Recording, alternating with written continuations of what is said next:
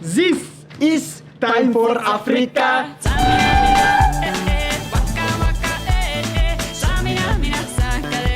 This time for Africa. Zanzibar.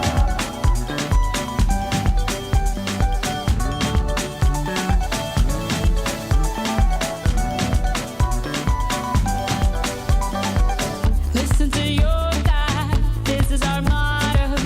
Your time to shine. Don't wait in line. Y vamos por todo. People are raising their expectations. Go on feet and this is your moment. В общем, экранға жақын отырыңыздар. Мынау қызықты влог болады. Үш ұйықтасам түсіме кірмепті ғой Африкаға келем деп. В общем, бұл жақтың ұлттық сөзі Акуна Матата. Бізге де бір сөз тауып алу керек екен. Акуна Матата деген прекрасная жизнь деген сияқты. В общем, біз бастаймыз. Бүйтіп аман есен Арушаға да жеттік.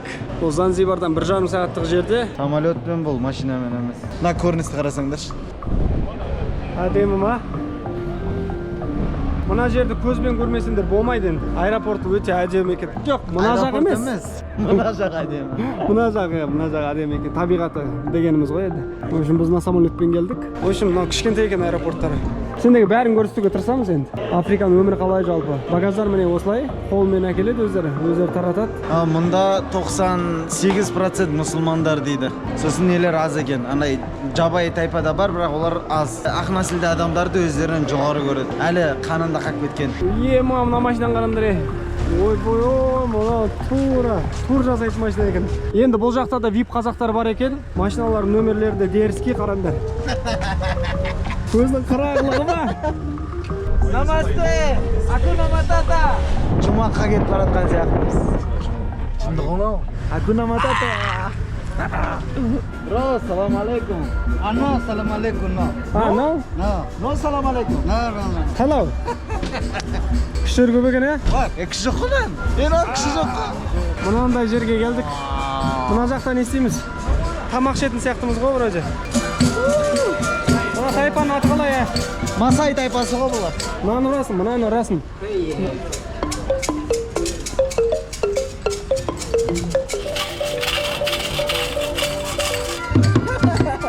Жұмыс тауып алғансың ғой. Кетті давай.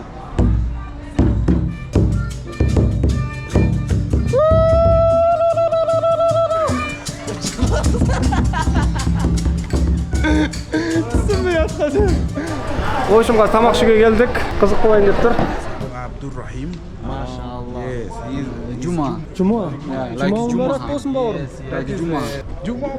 Жұма мұбарак бе. Мұнан үшін қарасаңдар сендер. Ойбой.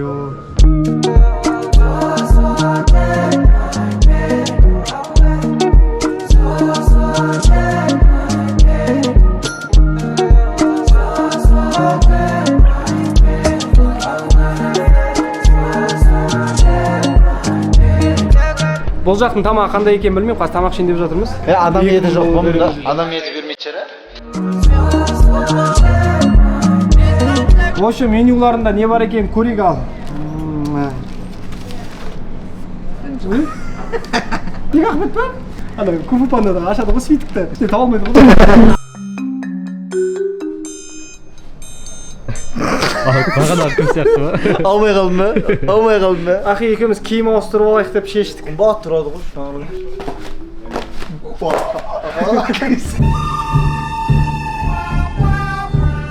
В общем, образды ауыстырып алдық. Стил деген осындай болады ағай. Кеттік жөнді. Намаз оқимыз.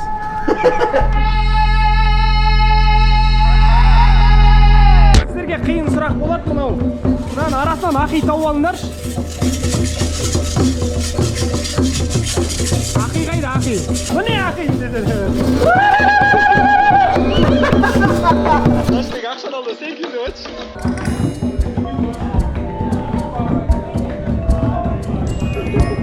Алсай жоға я.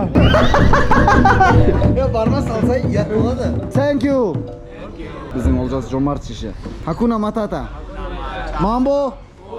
Мен бұлар тілінде сөйлесе аламын ғой. $10. өліп жеңдер, мороженое жеңдер, жарай ма? Мороженое жеңдер. Айтасыңдар, ол да сағалап әперді, жарай ма? Келген бәле, жәле барлық осымен кетсін десе. Барлық бәле, жәле осымен кет. Енді қайда кетіп барамыз қазір? Бұл біздің Африкадағы алғаншы ош. Бұл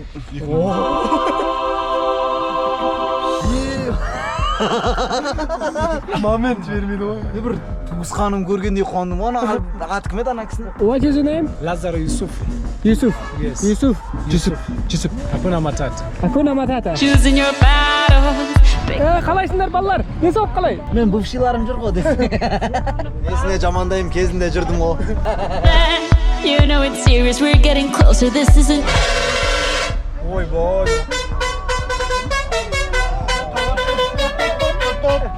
Сигналда музыка істеп тастады ма? Мамбо, саранге.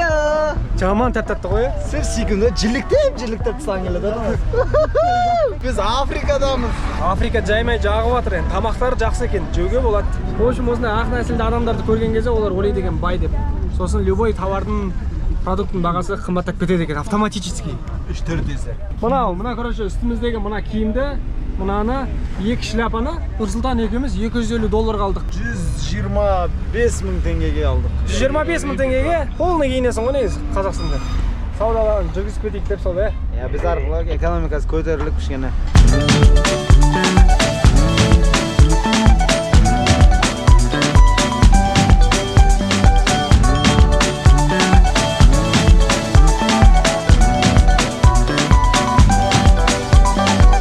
Listen to your guide. В общем, мынау примерно Масай тайпасы дейді, бірақ бізді емізіп жатқан сияқты мыналар ше. Қою сүттен 6 миллиграмм. Актер бизнес қылып алған сияқты мына түрлері ұқсамайды. Бәсе? Сопа. Do you speak in English? Yes. Good. Do you speak English? Yes. Good. Бауырларым, жақындарым. Берем мен сендер үшін бәрінде. О, мыналарда болмайды. Girls, yes? No.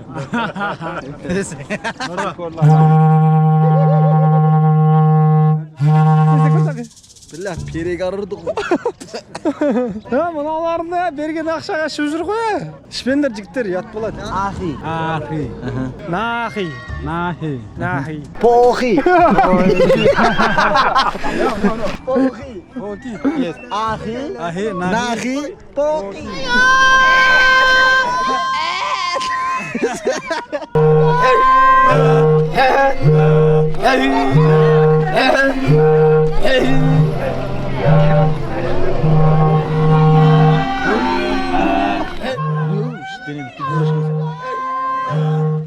Бісмілла.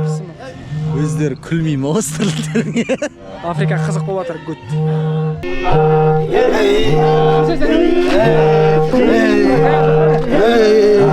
В общем, Ахи кіріп кетті.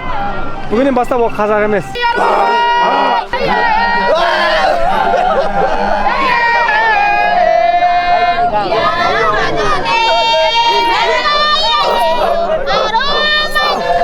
Біз бір аптада мал болып кетеді шығармыз.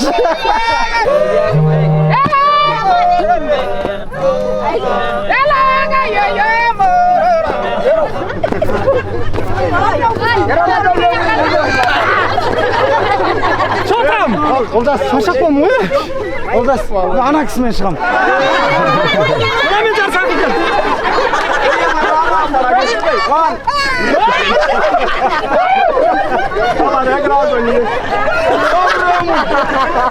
Ахиға соперник! Мына тәтелер жаман қарап отыр бізге ше?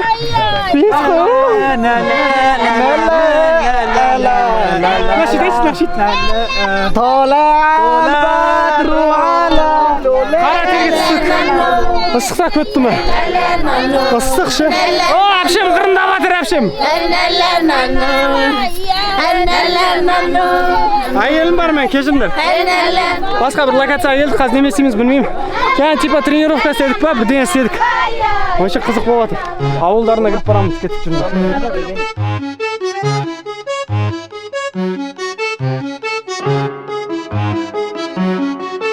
Жанама, братан? Жанама? Біліп түсінеді қазақша. Қолдар нажақ болып кеткен шығар уже. But we don't have way to grasses because we get it in. So grass is wet. That's why. So we have making that. Elimizde aman bol halkım halkım benim. Birlik olsun elimde, birlik olsun elimizde. Aman bol halkım halkım benim. В общем, жақсы шықты. Апа нешедесіз? Okay, so Жамбы бата беріңіз. Бата мен ел көгереді дейді. Жаңбыр мен жер көгереді дейді. Жаңа жаңбыр жауды. В общем, үйге қонаққа кірейін деп жатырмыз. Келгеннен кейін нан ауыз тиіп қайтыңдар деп жатыр да. Жүр.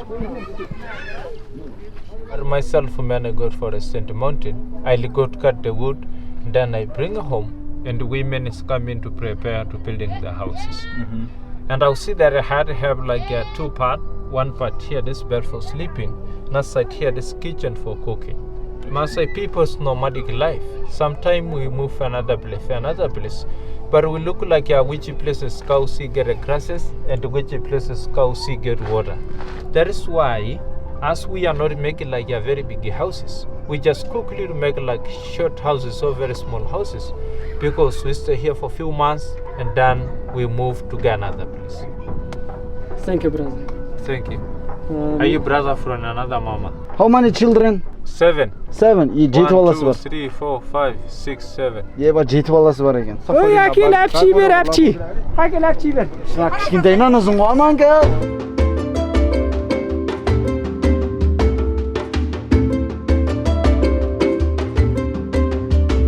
Мына тайпаның мектебі ғой балаларының. Ойлаңдаршы, балалары осындай жерде оқиды, білім алады. Аллаға шүкір. Мыңда бір шүкір. Қазақстанда туылғаныма. Бірақ сендер бақыттысыңдар. Ой, сен, жаным, атың кім? А? Ей, тап-татты ғой мана бала. Ей, жаным, тап-татты ғой мына. Жаным, сүйкімдісің ай. Машалла. Жаным жоқ. Жоқ, тиіспейм. Аллахи тиіспейм. Әшейін амандасам. Сәлем десем болды. Қара. Пока. Пока. Давай, ай, қараңдар. Пока. Аллаға шүкіршілік етіңдер. Өз елдерің бар, амана сенсіңдер. Жейтін ішетіндерің бар. Аллаға мыңда бір шүкір. Жоқ деп көп налимыз ғой. Бірақ шүкіршілік көп болған сайын Алла Тағала қалай берген білмей аласың. Құранда айтады, Алла Тағала айтады: "Егер сендер Алланың сендерге берген нығметтерін санасаңдар, сендер оның түбіне жете алмайсыңдар" дейді. Осы видео дәлел бізге, что не берілген нығметтер өте көп, өте. Нанида. What is the name?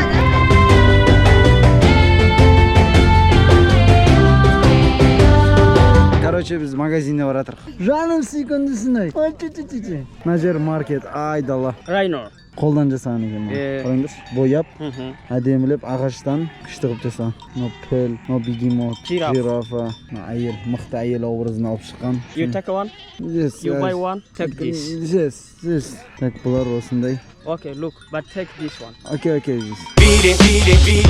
Короче, мен қорқам мен. Мыналардың қасында жүрмесем. Мына осы тайпаның магазины екен. Осы жерге туристер келсе, сауда жасайды. Бұл көмек болады, короче, осы тайпаға. Бұл жерде барлығы почти өз қолмен істеген дүниелер қараңдар. Бәрі өз қолдарымен істеген, браслет бар, неше түрлі бар вообще. Мынаны қара.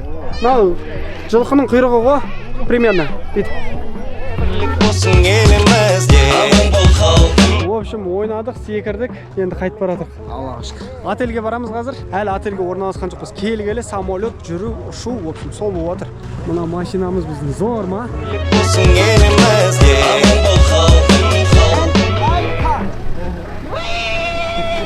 Pit stop. Okay? No, we got it. We'll take them banana.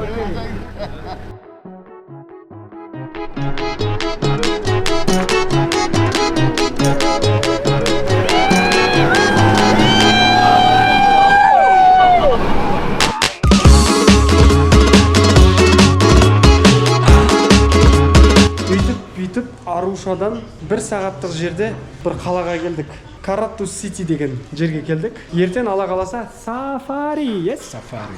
Ертең таңғы 6-тан бастап сафариға барамыз. Мынау бармен ресторан. Вау. Осылай. Мыналарда бірақ свет сәл қиын екен. Осындай комната біздің. Thank you, brother. Hakuna Matata. Акуна. Общага ғой, в общем, ертең Алла қаласа таңертең 6-та тұрып сафариға бару керек. Влог ұнаватса лайк басып комментарий жазуды ұмытпаймыз. Біз жолдан қатты шаршадық, шыны керек. Ұйықтап демалып алайық. Қайырлы түн. Қайырлы таң. ағайла. Біз сафариға жолға шықтық. Good morning. Мынаны қараңдар. Мыналар жуынады даже таңертең, ойлаңдаршы. Ал Бека, сен не істеп отырсың, айтшы?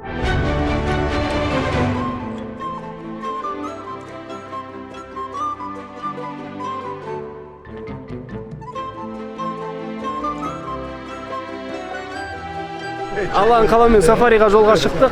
Мына жер туристарға арналған. Мына біздің артымызда тұрған сафари. Мынаны көзбен көрмесеңіздер болмайды. Шеш, ашке шешіп қараса. Кейбір деректерге қарағанда аватар осы жерде түсірілген екен. Ауырды ғой.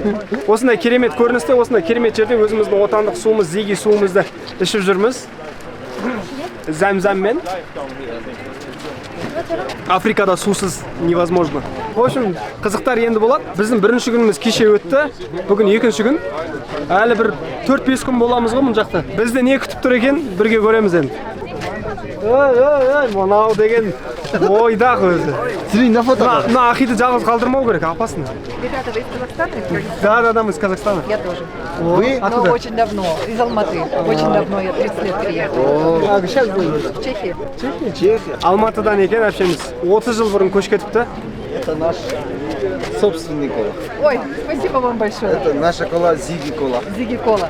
Зиги кола. Зиги Кола. Может, попробуйте или дегустацию там делаем. Мы возьмем с собой. Удачи вам, ребята. Вам тоже. На холодную только пейте, хорошо? Обязательно. Спасибо большое. Хорошего вам сафари. До свидания. Вам тоже. До свидания. Пока. Мына қыздарды дәметіп қалды, әкелейін ба? Көтір кіші болып, өзім ішеміз. Бол, жүндер кеттік. I've been around the world in the pouring rain, feeling out of place, I'm feeling strange. Take me to a place where they know. Аман есен үйтіп-бүйтіп бір жарым сағатта келдік мына жаққа. Мына жерде толған жануарлар, алдымызды қараңдар. Зебралар жүр, арыстан, ұрғашысы. Көрдіңдер ме не? Check it out, I'm about to do my thing. King of the floor, king. Мына сафариға жеткенше қаншама масай тайпасын көрдік. В общем, керемет вообще. Нағыз сафари, нағыз Африка осы міне. Біз мультфильмнан көретін едік қой бұрында, Король Лев деген. Сондағысы ғой вообще. Туристер өте көп. Ё-моё, прям четко көрініп тұр ғой маған. See, I've been traveling forever, but now that I found a home, feels like I'm in heaven. See, I've been traveling forever, but now that I'm home, feels like I'm in heaven. Бұл влогтың мақсаты сіздерге бір мотивация болсын деп, сіздер де біз сияқты ел көріп, жер көріп. Ойбай, артында зебра тұр екен ғой, қараңдар. Мынаны қараңдар.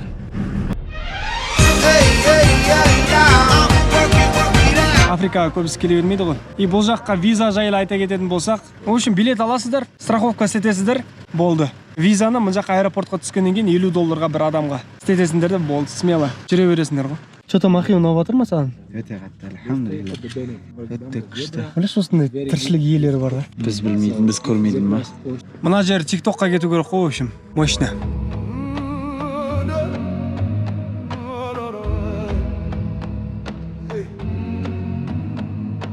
Dites-moi d'où il vient, enfin je saurai où je vais.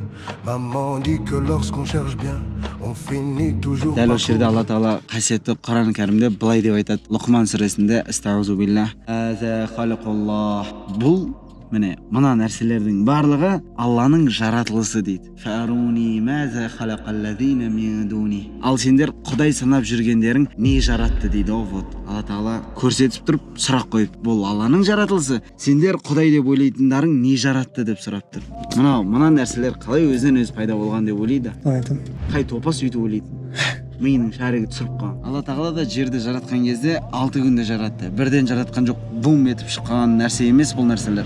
Алла Тағала 6 күнде жаратты. Бұл дегені әрбір нәрсе өз уақытымен болады. Басыңа қазір сынақ түсіп жатқан шығар, или бір нәрсе болмай жатқан шығар, бір бизнесің ұқсамай жатқан шығар, перзент жағынан болмай жатқан шығар. Алла Тағала соның барлығын біледі, көреді, өзінің даналығымен, хикметімен не істейді, өз орнына қойып қояды. Бірден бола салмайды ғой. Егер барлық нәрсе бірден болса, мына 18.000 ғалам, қазір біз көріп тұрған жер, жануарлар, оның ішінде құрт құмырсқа, ары қарай 7 қабат аспан, барлығы бір сәтте жаратылатын еді ғой. Олай емес. Значит, значит әр нәрсенің өз уақыты бар. Бізге дәл қазір осы жерде болу бұйырды ма, осы уақытта. Значит біз оны ойлаған да жоқпыз ғой, бірақ Алла Тағала бізге бұйырды. Тура солай. Аллаға шүкір. Қазір мен 22-демін. Ақи нешедесің? 32-де. Бізге осы жерді көру бұйырыпты. Қай ата бабамыз отандық өнімді Африкаға әкеліп ішкен айтыңдаршы. Бисмилля. Мына влог енді ораза уақытында шыққаннан кейін айып етпейсіздер біздің су ішіп жатқанымызға. Біз бұны оразаға дейін түсіріп жатырмыз еще. Алла қаласа 2 күннен кейін ораза басталады. Біз де ауыз бекітеміз. Так что ренжімеңдер. Зеги сумен ауыз ашуды ұмытпаймыз. Зәм-зәм қосылған.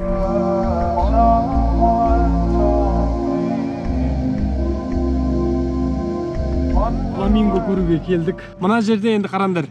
Бегемот бар, фламинго бар, сосын піл бар, крокодил бар. Фламинголар вообще әдемі көрініп тұр ғой. Жануарларға да еркіндік керек те, міне көрінді ме? Біз сіздерге барлығын жақын кадрмен әдемілеп көрсетеміз, чтобы сіздерді көргендеріңіздей. Бірақ бұны көзбен көргендей болмайды. Мынау анандай емес па, аузына қаншама балық толтырып алатын құс ше. Сендерге жақын кадрдан көрсетейік ал.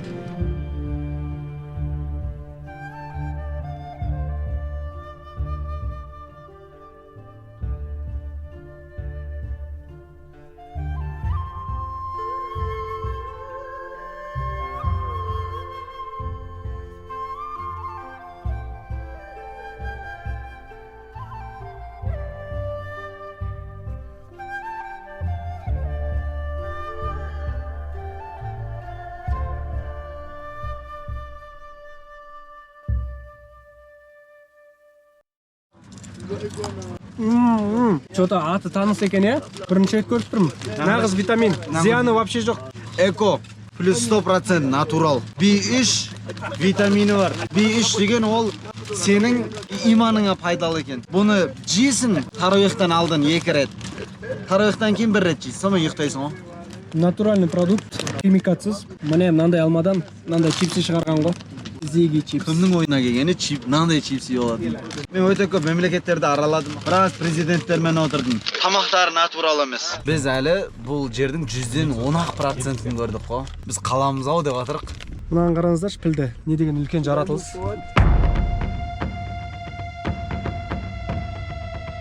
Бұл пілде Құранда келген піл оқиғасы болған. Пайғамбарымыз сәлем туылмай жатып 40 күн алдын піл оқиғасы болған. Ол Абраха деген бір залым патша болады. Ол тұрып Меккеге бастырып кірмекші болады. Енді Мәккә деген сөз Құранда бар, и Бәккә деген нәрсе бар. Мәккә мен Бәккә деген сөздің мағынасы Бәккә деп айтылады ғой. Не үшін Бәккә деп айтылады десе, ол басын жұлып алушы деген мағынаны білдіреді ғой. Кімде-кім Меккеге жаман ниетпен келсе, ол оған Мекке емес Бәккә болады ғой. Яғни оның басын жұлып кетеді. Абраха тура сондай ниетпен келіп Қағбаны бұзамын дейді, бұзамайды.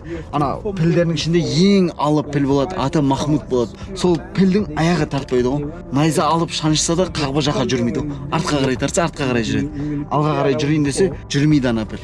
Найзамен қинап соңында пілді жібер жібереді, піл қашып кетеді. Сосын аспаннан әбәбил құстар келеді. Қазір көптеген нелер бар, адамдар бар. Кішкене құс көрсе мынау әбәбил құсы деп айтады. Әбәбил құсы жоқ. Ол Алланың әмірімен бір ақ қана келді, миссиясы соны орындады, содан кейін жоқ. Қай жерде екенін нақты Алла ғана біледі. И біз қазір пілді өз көзімізбен ешқандай тосқауылсыз. Мына жерде ешқандай не жоқ, бөгет жоқ. Ана жерде жүр ғой.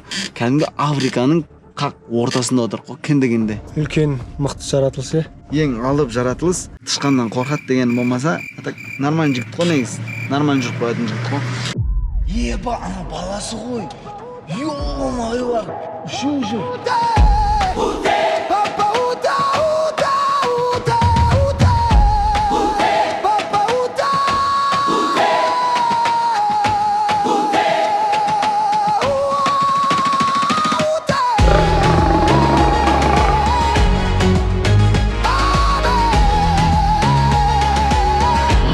Көрдік, арыстан. Субханаллах. Алланың жаратылысын қараңдаршы. 2 әйелі бар екен, 1 баласы бар. Арыстанның өзі. Адамдар бәрі соған очередте тұр. Қарап, таңғалып, осылай тұрмыз, короче. Мынандай табиғатта арыстанды көріп отыр. Тістерін қарашы. Йо. Хай. Қыз сүйкімді қыз екен. Жаным. Арыстан керек емес па? Мағасындай қыздар көрсетсе болды. Короче, маған осы жылдан қалмай үйлену керек, ато. Көрінген қызға ғашық болып отырмын.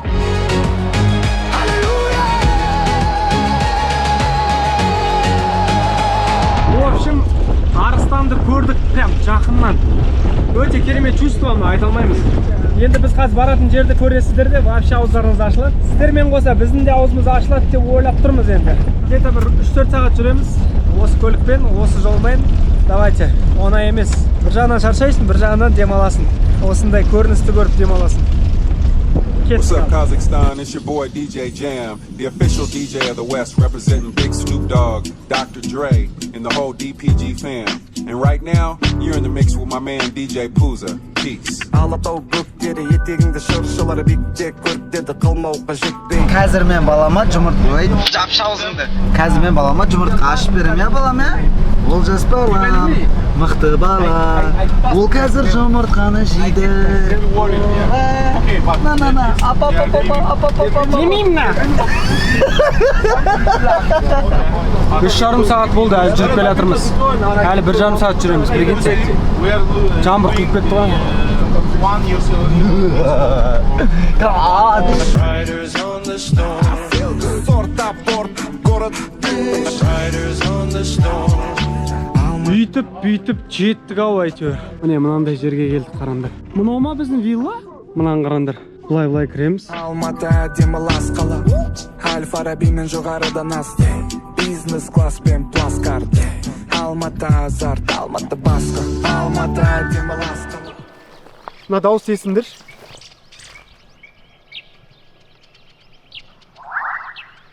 Естіңдер ма? Вау. Короче, мына баланың аты Джеймс Бонд. Осы мен қазір жарысайын деп отырмыз. И бұл осы виллада істейтін бала ғой, короче. Қазір жарысамыз. Окей? No, rien de rien. Ай! Таяқ. Әке мен жүгірем. Тамам құладым. Қазір көрсем қалай жүгіру керек.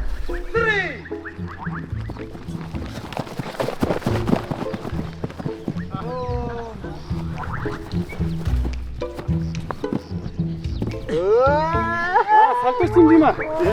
NWBWC!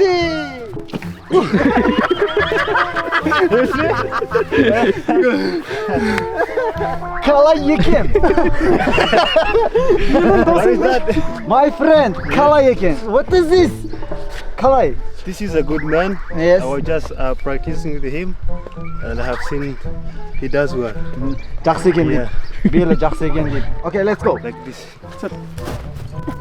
Ооо, very Ақи, осы сен істесің, давай. Қуасың ба мен? Приколсың. Go. Ой, байшы. Мынау маймыл қатаса. 3. Yeah. Come on. Аброй. Бисмилlah, таваккалту аля Аллах субханаллази. لا حول ولا Kiss. Go. Kiss. Қолын қойшы нан. Нан қолын қойшы. Қол байқа. Қол жаманысың ғой нан. Не, мынандай приколым бар менің, қара. 3.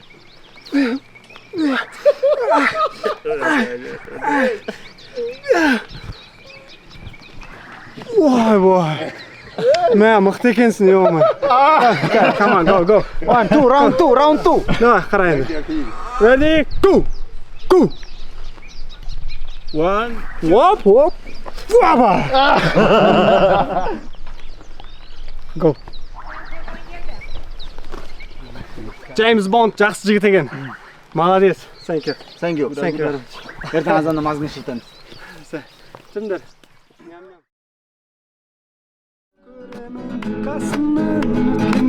Қайталай беремін, сүйемін сені, жаным сүйемін сені, мөлдір көзінде, тәтті сөзінде, қинадың мені. Баяғыдай, сені сүйгім келеді, баяғыдай. О, аби папа, сені папа, юне папа, уте папа, уте папа, уте. В общем, бұл біздің алған вилламыз бір күнге $3,000 жалдадық. Ішіне 4-5 адам сияды. В общем, потолок болайын деп тұр. Рум-тур, жүріңдер, кеттік.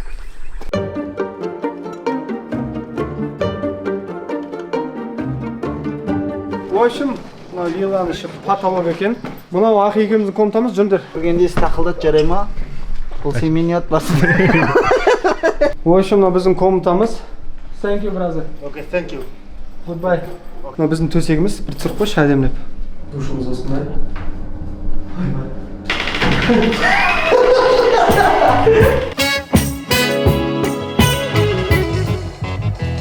Біз түсіріп жатқан влог қалай ұнап жатыр ма? Бұның барлығы не мақсатта түсіріліп жатыр?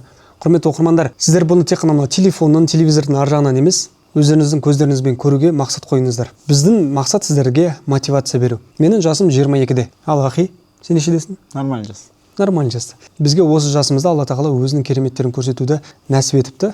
Аллаға мында бір шүкір. Біз көрген, біз көрмеген әлі қаншама сұлу әдемі жерлер бар. Соның барлығын Алла тағала бізге көру үшін берді. Жаңа влогтың басынан бастап осы уақытқа дейін көрген нәрселердің барлығын Алла тағала бізге көру үшін жаратты. Сондықтан ақша табыңыздар, ақшаларыңызды осындай саяхатқа құртыңыздар. Себебі бұның барлығы естелік. Ертең Алла қаласа Ахи екеуміз қартайған кезде балаларымызға немесе өзіміз көріп отырамыз. Бала, мен сені жақсы көремін. Уже айтып қаласың ба? Нешінші балаң? Білмеймін, бірақ ташты некеден десең.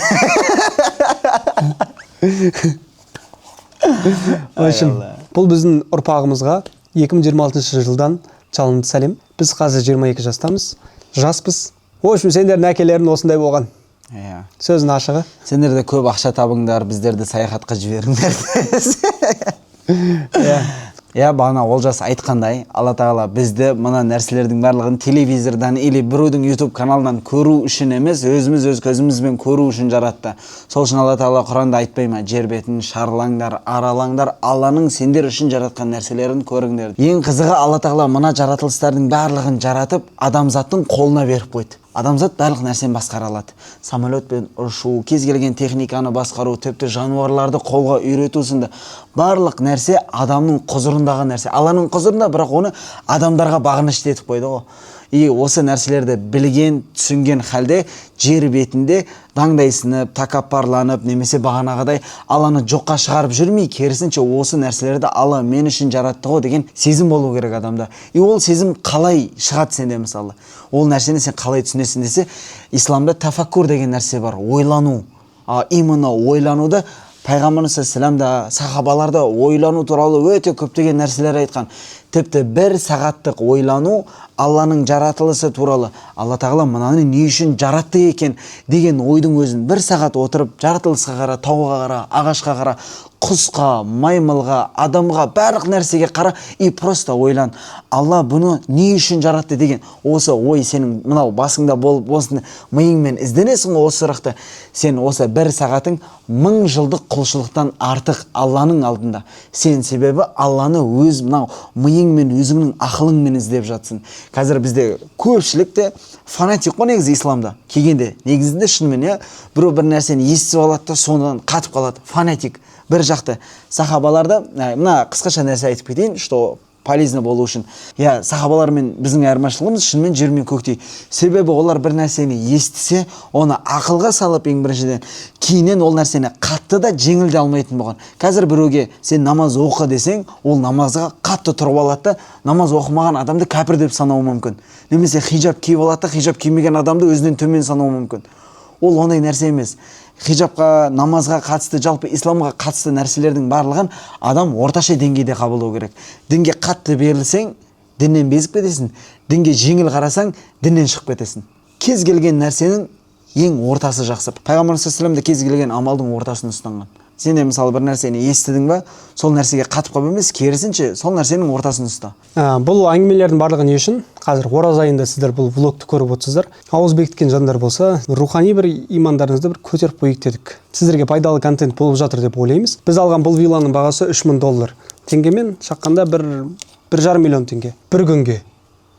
Бисмилля. Біз сенбейміз.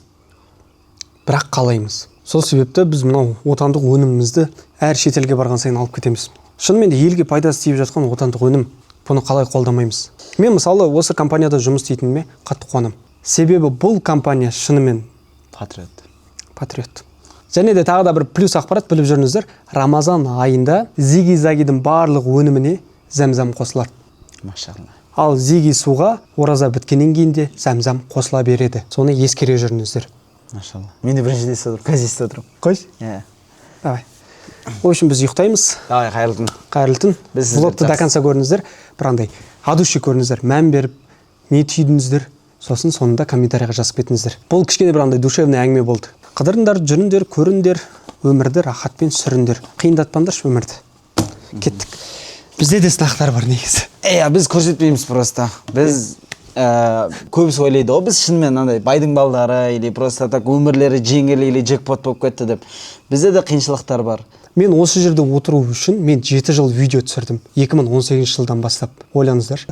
Мен әкем жоқ, мен анам бар болды, інім бар, апам бар. Біз шалқып балқып өмір сүретін отбасыдан емеспіз. Бірақ Аллаға шүкір ел қатарлы өмір сүріп, нан мен майымыз столымызда тұратын отбасымыз болды. Біз сол еңбектің, шүкіршіліктің арқасында осындай дәрежеге жеттік. Бізді ешкім келіп ақшаны бетімізге лақтырып, бар видео түсір, мынау саған аппаратура, мынау саған деп. Қазір енді блогерлар көбісіне ұнамайды. Әркімді блогер деп санай бермеңіздер. Біз туралы қысқаша просто біз шынымен қиыншылық көрдік, бірақ оны көрсеткен жоқпыз. Ол өзіміз үшін. Әркімнің қиыншылығы, әркімнің сынағы өзі үшін. Оны сыртқа шығарып, адамдардың проблемасы жетіп жатқан кезде өз проблемамызды айтып емес, керісінше адамдардың көңіл күйін көтеріп, оларға пайдалы болып, оларға бір пайдасы тиетін дүниелер істеу арқылы өзіміз де сол нәрсемен кішігірім халықтың арасында танылып, халықтың қошеметіне бөленіп жүрген адамдарымыз. Ешкімге зиянымыз жоқ, жаман нәрсені жарнамаламаймыз, біреулерді қораға тықпаймыз. Әйтеуір Аллаға шүкір, Алланың алдында да, адамдардың алдында да түзуіміз. Ең басты мақсат сіздерге пайдалы болсақ болды.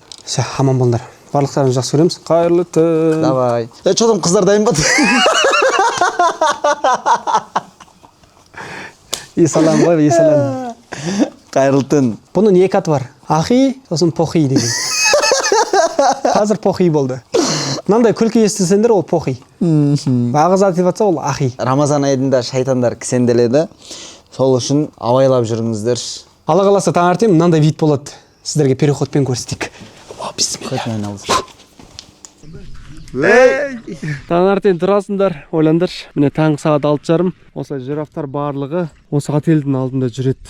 Оны тамақтандырдық, адуши. Hakuna Matata. What a wonderful phrase. Hakuna Matata. Ain't no passing craze. It means no worries for the rest of your days. It's our problem-free philosophy. Hakuna Matata. Мінеке, осылай жайылып жүреді, ойлаңдаршы. Жирафтар бар. Танга, манга. Не дейсің осы орайда? Жүріңдер, қыдырыңдар, жер көріңдер. Біз оны айтып салып көшкеш. Осы орайда қызға барыңдар онда шеше. Жаман екен ақиым. Потолок болды. Біз в общем қазір қайда баратыр деп ойлайсыңдар. Біз қазір арыстанмен видеоға түсуге бара жатырмыз. Еще қандай арыстан? Аппақ арыстан ғой, прикинь. Менің пилім құсаған аппақ арыстан ғой. Ойбай. Біздің ан жақта вилламыз, мына жерде басқа адамдардың үйі, осылай жирафтар жүреді. Сол себепті бұл вилла $3000 тұрады. Не кажется стоит? Эмоция. Қорқып жатырмын. Оны сипайсың ғой еще. Қой. Қазір, короче, ана арыстандарды біздің жанымызға жібереді. Ойлаңдаршы. Енді қайткенменде хайуан ғой, сенім жоқ. Бірақ көреміз. Ана жерде не аппақ арыстандар көрдіңдер ме? Екі арыстан. Ұрғашы, біреу еркек. Ош, келеді. Déjà arrive ça regarde de travers, capuché parce que je suis trop cramé. J'avance avec équipe armée, je m'organise comme si je mourrais jamais. Короче, қазір арыстанмен видео түсіріп отырық, олжас түсті. Мен жаман қорықтым бар ғой жақындағанда. Кәдімгідей көтім шапалақ ұрды ғой мен. Сен потолок жүрдің. Йо, менен қараңдаршы, денем мурашки басып жатыр. Көтім шапалақ ұрды ғой. Мінекей, не себептен $3000 тұрады бұнау вилла? Таңертең тұрасың, жануарлар есік алдында жүреді, тамақтандырасың, видео фото жасайсың. Сосын осылай арыстанмен әкеліп, саған арнайы өздері видео түсіріп береді. Керемет емес пе? Бұл енді андай жабай арыстандар ғой, бірақ үйретілген.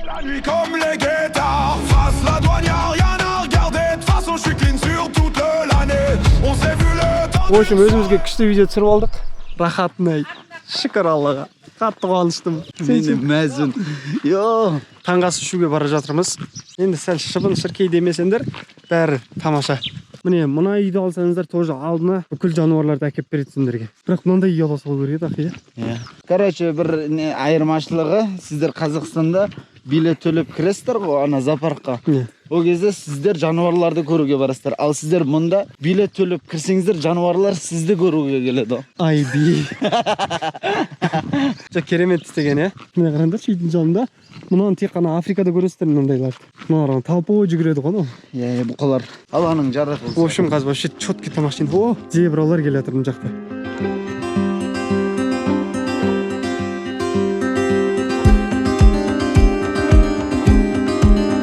Ойландашы, мына жерде зебра біздің үйдің алдында.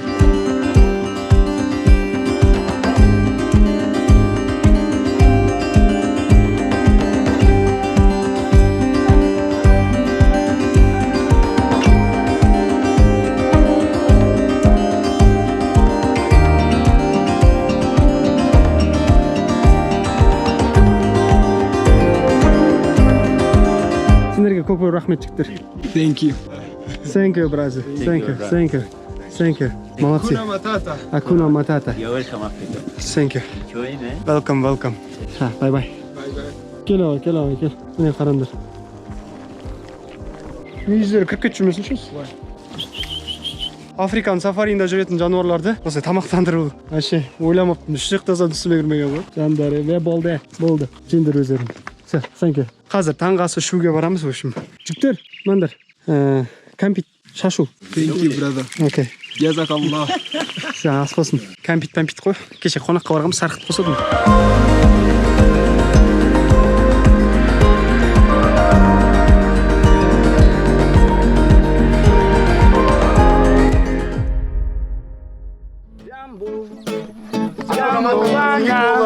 Habari gani nzuri sana, wageni twawakaribishwa Tanzania yetu, hakuna matata.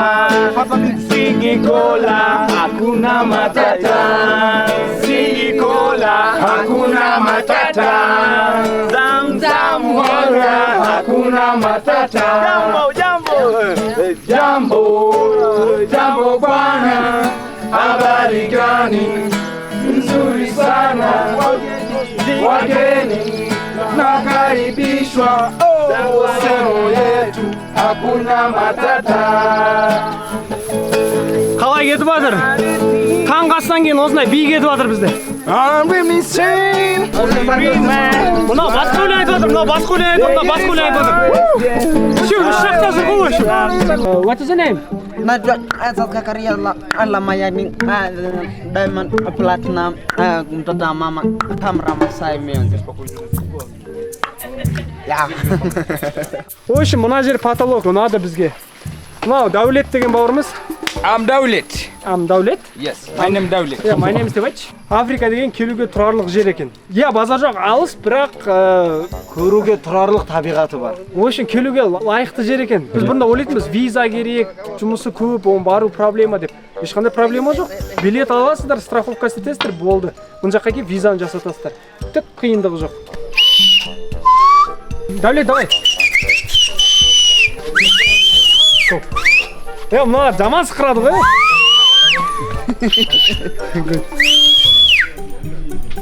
Good. Good. Hey. Teach me how to do it. Hey. Біз қазір баратын арал өте қызықты жер. Бұрын сонда естіп көріп пе-едіңіздер? Түске дейін бар, түстен кейін жоқ. Иә, сіздер мені дұрыс түсіндіңіздер. Бұл сондай арал. Өзімізге де қызық болып тұр. Қазір көреміз.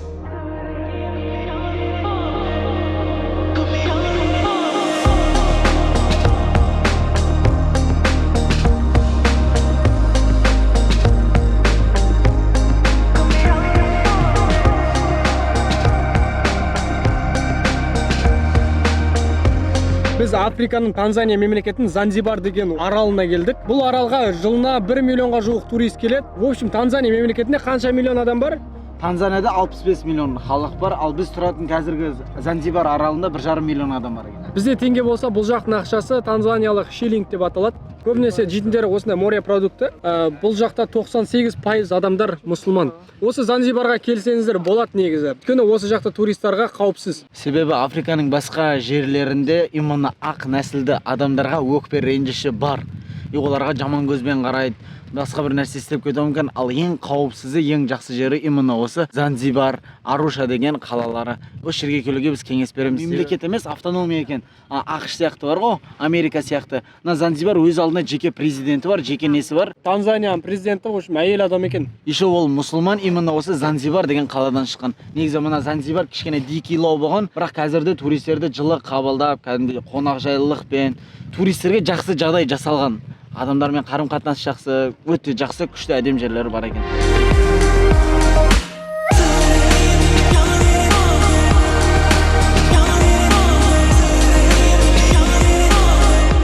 Әйтеуір келгелі бір жерде бір 2 күн қонбадық қой, күнде бір отельге ауысамыз ғой. Әр жерін көрейік деп сіздер үшін.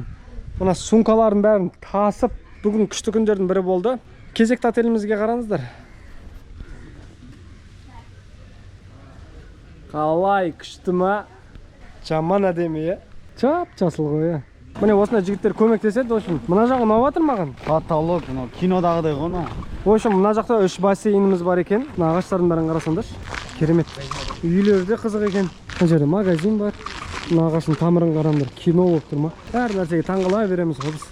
Көрмегенбіз ғой біз ондайды. Байдың баласы емеспіз ғой біз.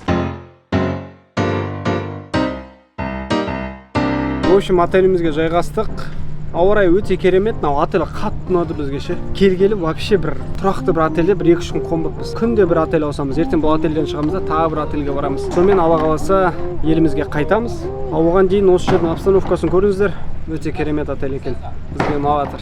Жаздың бір айлы түнінде ғашық болдым мен саған. Жүрдім асығып кездесуге сағаттар санап. Еркіндікте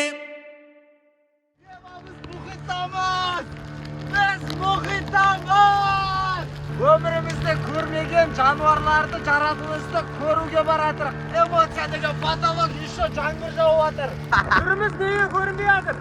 Камера істемей қалды. Жаңбырдан телефонға түсіріп жатырмыз. Себебі бұланы айта алмаймын.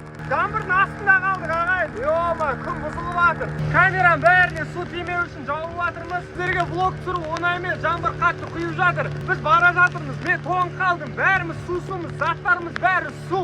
Мына қайықтың іші де су. Мына арбуздар да су болып жатыр. Да тұзы көп қойы.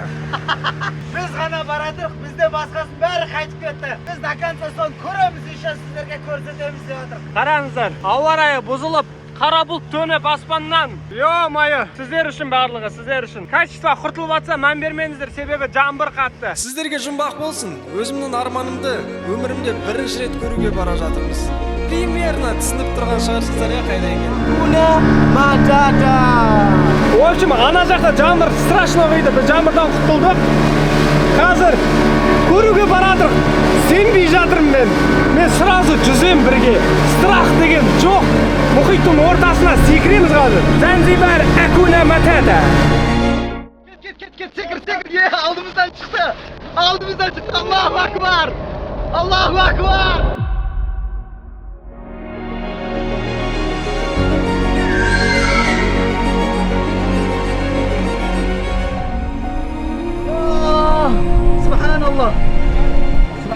Subhanallah, nağarında Allah'ın yaratılışı. Hâzâ halqullah, faruni mâzâ halaqallazîne min dûni.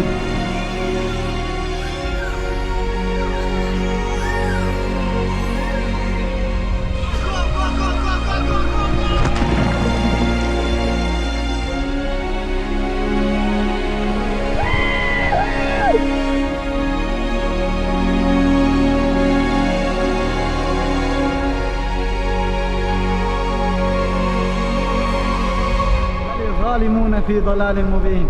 Ya Allah, subhanallah. В общем, мына жердің суы бағанағы судай емес. Мына жердің суы өте қатты мөлдір, бірақ тұзды. Мұрынға, көзге, ауызға кірсе, прям айта алмаймын. Қазір қайттан аралға қайтып бір жерге барамыз. Қызық болайын деп тұр енді. Балықтары да өте әдемі екен. Первое всегда топово. Солнце встает сегодня после 9. Alhamdulillah. Biz osmonga yerga keldik. Alhamdulillah. Sizlar da ko'ringizlar. Alemni aralangizlar, sayohatingizlar. Deb ақшасы бар. Mınani ko'zlaringizni ko'ru kerak. Afrika вообще biz o'ylagandan da keremet. Afrikada suv bor deb men o'ylamag'am. Kechirim so'rayman Afrikan bog'irlar. Wake up in a fucking Ferrari. Yo'qmi? Yutib, aytib barib, Ne oldu? Azan aytadın. Allo, avbasiga. Biz siz aytgan ostrovga keldik. Ya. Boş yer tatib olamizmi deganik. Aka, shu kichkina jahon ortga qaray tartasizlarmi? Allo. I know you like that, break my heart, I know you like that. Солнце встает сегодня после 9. Ты меня дома не жди, переночую. Жана қараңыздаршы, мына суреттердің барлығын өздері салады екен. Сосын өздері сатады. Негізі бір байқағаным, афроамерикандықтар реально талантты болады екен. Өте қатты. Любой жақтан. Просто жағдайлары қиындау енді. Біз неге көп жерге барып жатырмыз, чтобы сіздер бұйыртса келіп жатсаңыздар, алдағы уақытта осы блогтан көріп осы жерге келе аласыздар. Біз қазір тасбақа көруге келдік. Жүр. Жай тасбақа емес. В общем, біз келдік, Аллаға шүкір. Қараңыздар, мына тасбақалар. Жаным. Планета, солнце не забудет, что ты сделала со мной. Незнакомые мне люди, танцы. В общем, былай келуге болады енді, прям вау деп айта алмаймын, жаңағы дельфиндар сияқты. Бірақ күшті.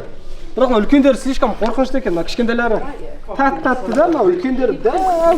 Мыналар бар ғой, опасный лау екен сен. Ауыр ма?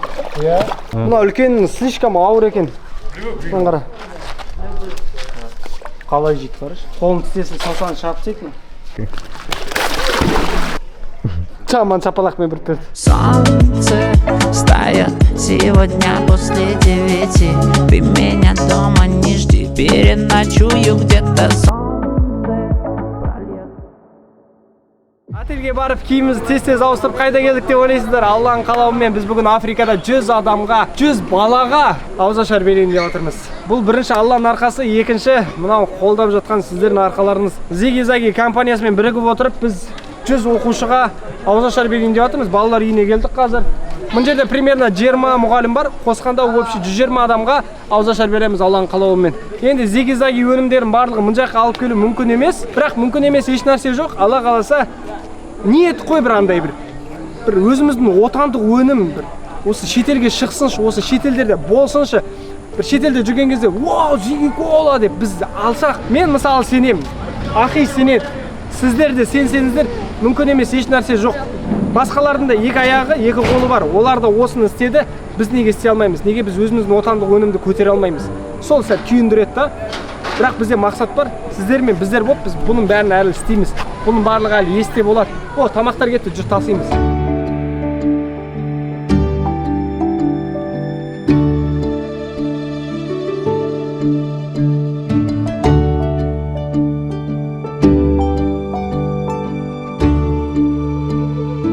Өзімізде бір 2-3 бутылка зиги суымыз бар. Барлығына зәмзәм қосылған зиги суымыз ішкізгіміз келген біздің. My name is Ziggy Cola. Ziggy Cola. Here's the sauce. Біз қазір Танзания мемлекетінің Занзибар деген аралындамыз. Енді былай айтқанда өте керемет жер. Бізге ұнады.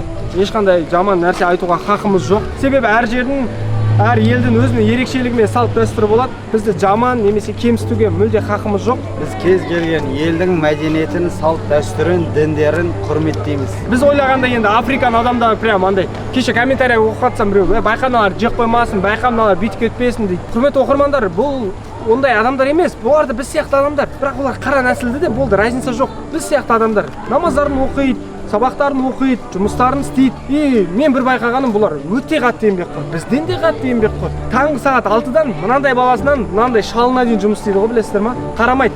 Күннің ыстығында оңай емес. Табиғаты қандай керемет. Сондықтан ел көріңдер, жер көріңдер. Сол кезде бәрін түсінесіңдер. Біздің айтқанымыз аздау шығар. Бірақ бұны көзбен көру керек ағайын. Зиги-заги, зиги кола, зиги су деп жатырмыз. Зиги чипсиміз шыққанын видеомыздан байқаған шығарсыздар. Бұған информация толық айтпадық. нағыз эко чипсы. Зиги-заги всегда пайдалы өнімдер шығаруға тырысады. Осы чипсиді балаларыңызға беріңіздер. Ешқандай зиян жоқ, пайдалы, натуральный продукттан жасалған. Витаминдары бар. Мынау қазір алма дәмімен қазір бұйыртса ауызашарда балаларға беріп дәмін татқызамыз. Өле жегенше бөле же дейді ғой. Қазақстаннан алып келдік сол. Қазақтар вечно өз қазымызды, анау-мынауымызды бірге тасып жүреміз ғой. Сол енді өзіміздің отандық өнім зиги чайды да тасып жүрек бірге. Мынау зиги су, зиги-загидің литровыйлары шықты, если что. Лимонадтары.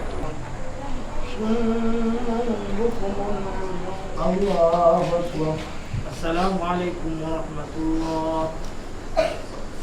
Alhamdulillah. Короче, тамақтары осылай, Аллаға шүкір, бұның өзі бұларға айына бір жейтін тамақ болып тұр, ғой, қараңдар. Ойлаңдар, әшейін күріш и су. Қазақстанда біз қандай дастарханмен, қандай нәрселермен ауызашамыз, ал бұл үшін бұларға бір тойда жейтін тамақ қой. Аллаға сол үшін шүкіршілік етуді ұмытпаңдар.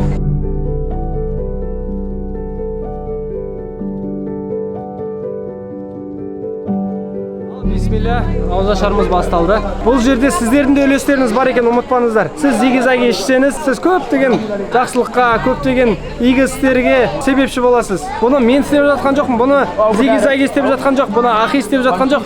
Бұны біздің бірлік істеп жатыр. Алла қаласа осы өнімді әлемдік деңгейге жеткізу біздің мақсатымыз. Біз сенеміз. Сондықтан сіздер де сеніңіздер. Ұстап жатқан оразаларыңыз қабыл болсын.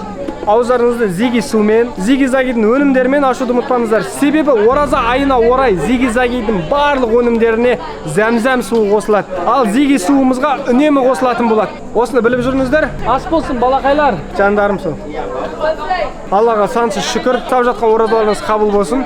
Біз сіздерді жақсы көреміз. Бұл әлі бастамасы. Бұдан да көп жақсылық жасай берейік. Себебі адамның адамгершілігі ол басқа адамға жасаған жақсылықта. Бір-бірімізге үнемі жақсылық жасап, біреудің саған зиян тиіп жатса да жақсылығыңды беруге тырыс. Аман болыңдар.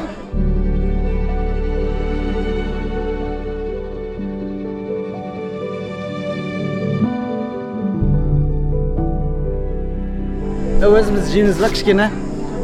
Йоу, окей? Тамақ ішіп болды, тәтті-мәттілеріміз бар еді, тарататын, азын аулақ. Сон берейік.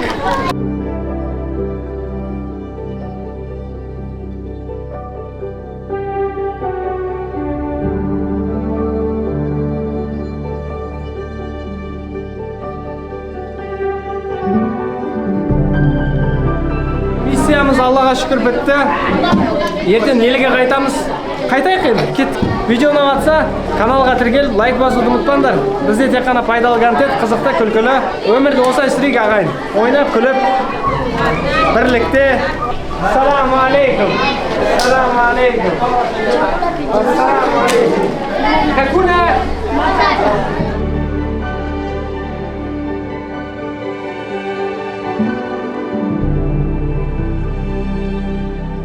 Zigi-zaga. So this is my first time to try this, yeah? Bismillahirrahmanirrahim. Bismillah. Wow. Very nice. Krasavchik, mashallah. Congratulations from Zanzibar. Thank you so much. Kazakh, African, Portugal. Аман есен Занзибардан Дар-эс-Саламға келдік. Бұл жақтан енді біз Алла қаласа Дубайға қашамыз. Дубайдан Қазақстанға қашатын боламыз. Алда бізді сәл ұзақ жол күтіп тұр. Сіздерге Африкада түсірген влогымыз ұнаса, лайк басып каналға тіркеліңдер. Комментарияға келесі қай елге барайық, соны жазып кетіңіздер. Сіздерге біздің влогымыз ұнады деген ойдамын. Сіздермен болған мен Олжасхан. Аман саулықта жүздескенше барлықтарыңызды жақсы көремін.